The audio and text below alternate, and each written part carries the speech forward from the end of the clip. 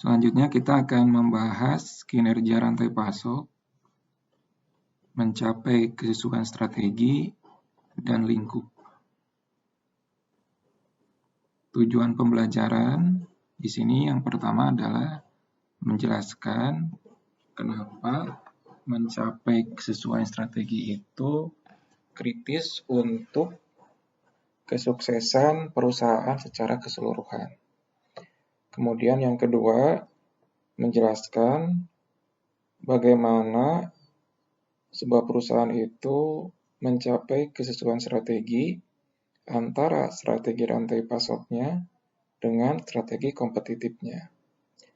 Kemudian ketiga, mendiskusikan pentingnya memperluas lingkup kesesuaian strategi pada seluruh rantai pasok. Kemudian yang keempat, menggambarkan atau menjelaskan tantangan-tantangan utama yang harus diatasi untuk dapat mengelola suatu rantai pasok itu dengan baik. Nah, sekarang kita akan membahas strategi kompetitif dan strategi rantai pasok. Apa itu strategi kompetitif? Strategi kompetitif bisa didefinisikan sebagai cara perusahaan itu untuk memenuhi kebutuhan customer melalui barang atau jasa yang ditawarkan.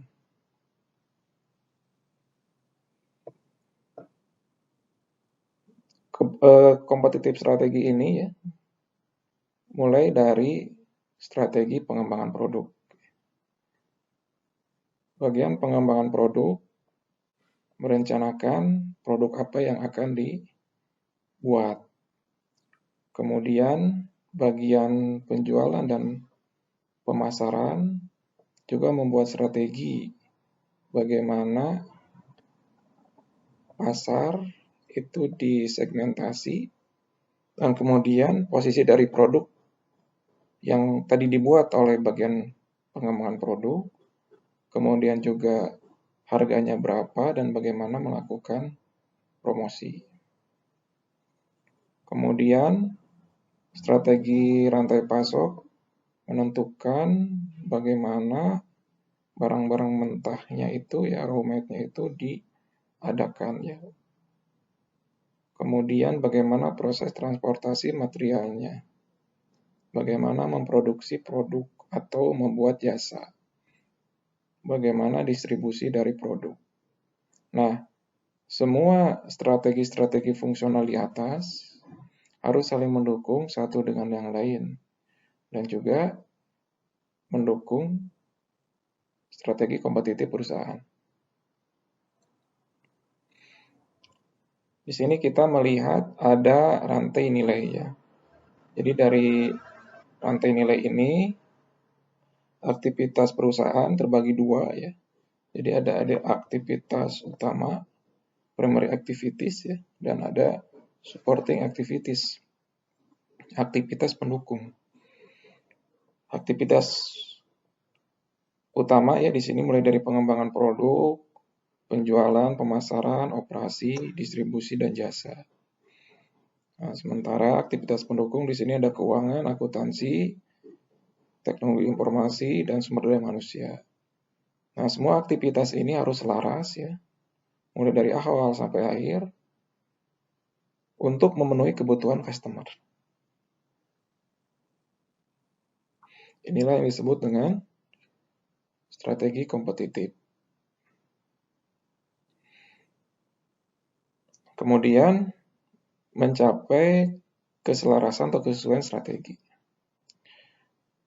Strategi kompetitif dan juga strategi rantai pasok itu harus selaras ya untuk mencapai tujuan yang sama.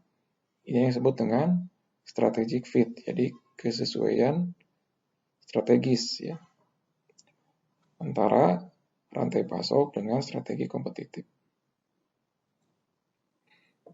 Sebuah perusahaan bisa gagal ya karena kurangnya kesesuaian strategi antara rantai pasok dengan strategi perusahaan.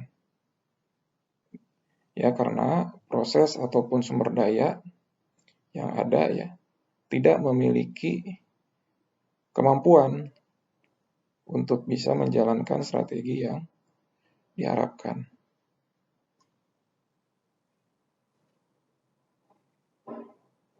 Nah, sehingga dalam mencapai kesesuaian strategi ini, pertama, strategi kompetitif ya, dan semua strategi fungsional harus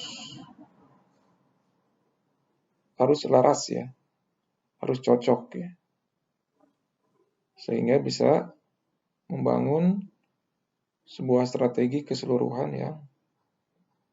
yang terkoordinasi dengan baik. Kemudian masing-masing fungsi yang ada dalam perusahaan, misalnya tadi bagian produk development, bagian marketing, bagian logistik ya,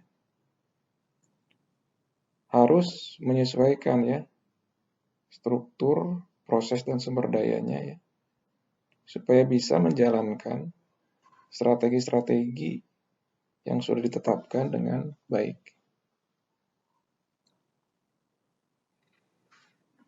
Nah, kemudian yang ketiga, perancangan dari semua strategi rantai pasok ya, dan peran dari masing-masing tahap dalam rantai pasok itu harus diselaraskan untuk mendukung strategi rantai pasok.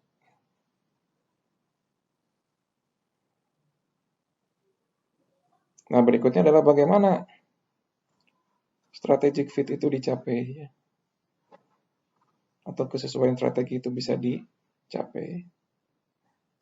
Yang pertama adalah dengan memahami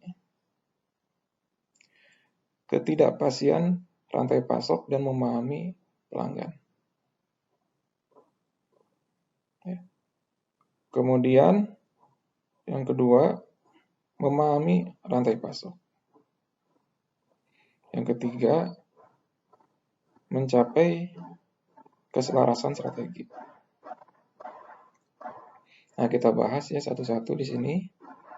Yang pertama adalah memahami ketidakpastian, baik itu dalam rantai pasok dan customer ya. Yang ini terkait dengan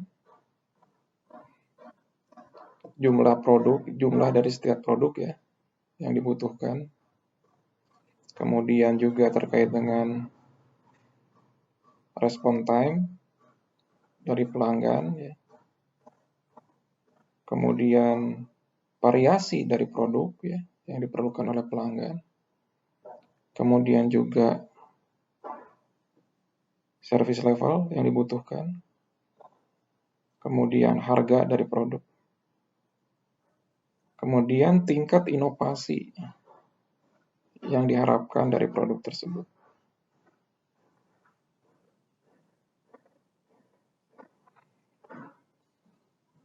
Nah, di sini kita membahas tentang ketidakpastian demand.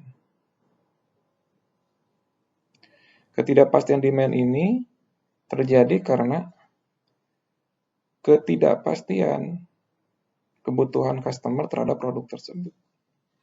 Ya. Jadi ketidakpastian demand dari customer untuk produk tersebut memunculkan ketidakpastian demand. Apa akibat dari ketidakpastian demand ini? Ketidakpastian demand ini berakibat kepada ketidakpastian dalam rantai pasok. Dan bagaimana setiap porsi dari demand itu harus dikelola dalam rantai pasok. Ya.